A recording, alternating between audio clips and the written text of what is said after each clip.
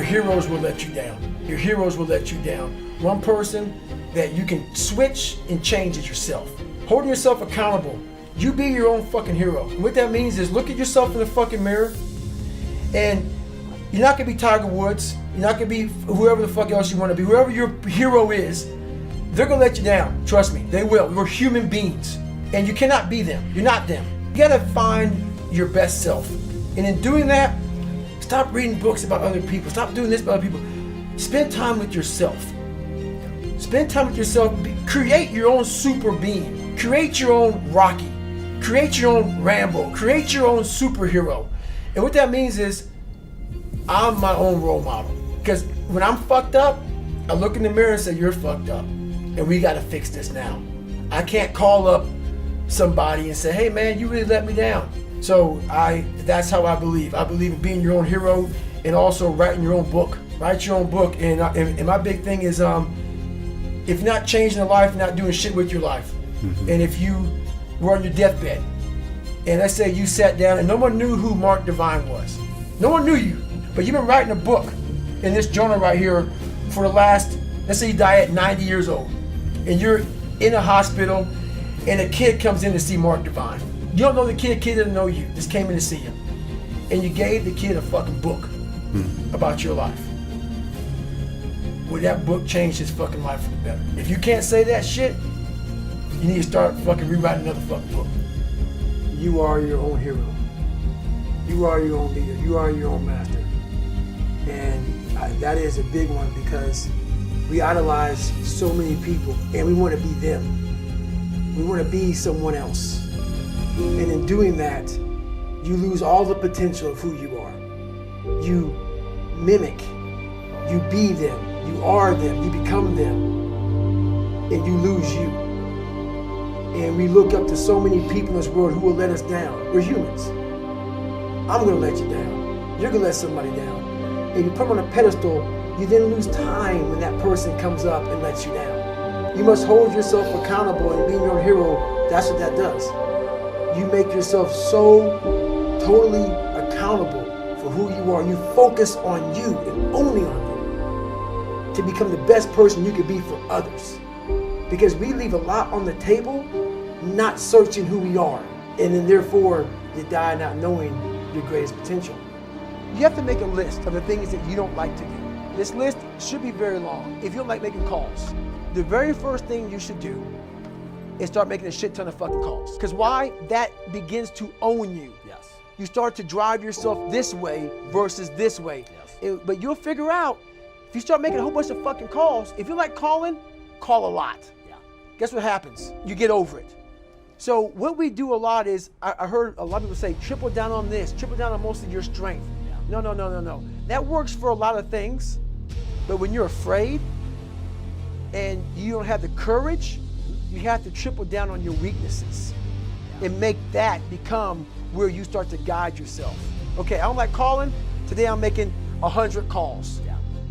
I'm gonna dial 100 times.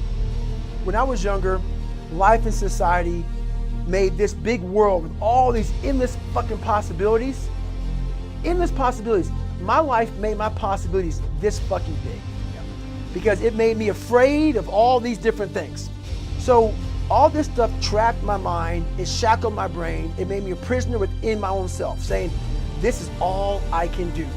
Because why? I'm afraid of this, I'm insecure over here, I got self-doubt over here, that behind me, good Lord, who knows what's behind me? I'm like, look behind me. So your life is this big. Versus it being like, I can do all this shit out here if I start to break down these these different walls and barriers. And that's what I started realizing. I could become a Navy SEAL. I could become this, but I was afraid of the water. Think about this. Why the fuck are you gonna go be a Navy SEAL when all you do is play in the water? And we don't play, we're in it and we're living in it. The ocean. You're swimming for That's miles. right, the ocean is unforgiving. Yep. So my mind is, I'm gonna go be a Navy SEAL. If I didn't face that fear, no one would ever know me. I was number 3 behind Michelle Obama for a long time until my book sold out. And I was a guy just 21 years ago who was 300 pounds, could barely read and write, and now I have a book just 2 spots behind Michelle Obama, just because I was afraid. But you overcome those fears, guess what happens? The whole world, you unlock this door and everything opens back up again. King Arthur and his knights are all sitting around a round table, which implies that they're of equal stature, essentially. And they go off to look for the Holy Grail, which is the container of that which redeems. It's something like that. But of course, who the hell knows where to look for the Holy Grail? So each of the knights decides to enter the forest at the point that looks darkest to him. Right, and that's a hell of a story, because first of all, it shows that courage is the first requirement, right? Because you look for what's darkest and you go in there. That's part of, Jung developed that idea quite substantially with regards to his notion of the shadow. And it's also, I think it's also what makes this believable for people, because the alternative is something like, look for happiness. And everyone thinks, well, I'd rather be happy than miserable, and like, fair enough, but there's nothing about that has any nobility. And it's not believable. No one believes that, because everyone knows that life is bounded by tragedy and that malevolence abounds. Everyone knows that. So, and you say, so there's that terrible dark dyad of tragedy and evil, and you wave the little flag of happiness in front of it. It's like, no one believes that will work.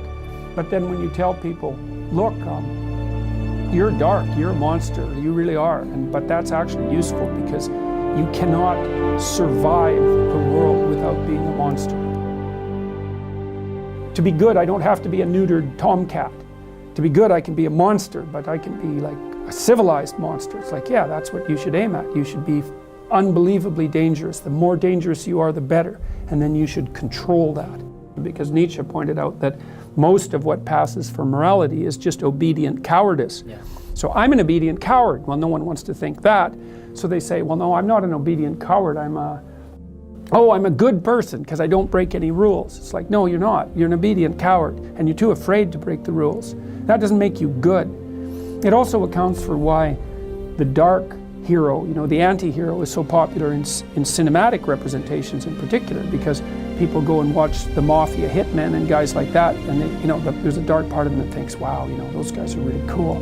Like movies like Quentin Tarantino's movies, where the hitmen are wisecracking and they're tough and they can handle everything, and you think, well, these guys are psychopathic criminals. Why are people looking up to them? It's because, well, you're not moral if you're just harmless.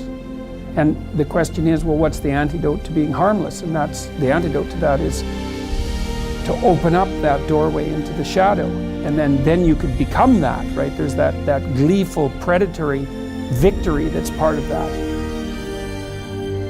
I read this interesting commentary a little while ago on a statement by Christ in the New Testament, and the statement generally interpreted is that the meek shall inherit the earth, but I was looking up the multiple translations of the word meek, and meek is actually derived from a Greek word, of course, because the Bible, at least some of the original forms of the Bible, were in Greek, and that word didn't exactly mean meek. It meant something like those who have weapons and the ability to use them, but determined to keep them sheathed, will inherit the world. And that means that people who are capable of force, let's say, but decide not to use it, are in the proper moral position. And part of spiritual development is to recognize the satanic tendencies that characterize you, and to fully wrestle with them, and to integrate them. That's the thing. It's not so much to cast them away, it's to transmute them. And you can see the difference between people who've done that and people who haven't, at least to some degree, because people who haven't integrated the shadow at all are naive. And you can tell that when you look at them, and you can tell that when you talk to them. And because they're naive, they're often resentful as well, because they get taken advantage of. And someone who's integrated that more, they're dangerous in the martial arts sort of way, which is they're dangerous, but they don't have to use it, because their presence radiates the potential for havoc. That's the right way of thinking about it. The hero has to be a monster, but a controlled monster.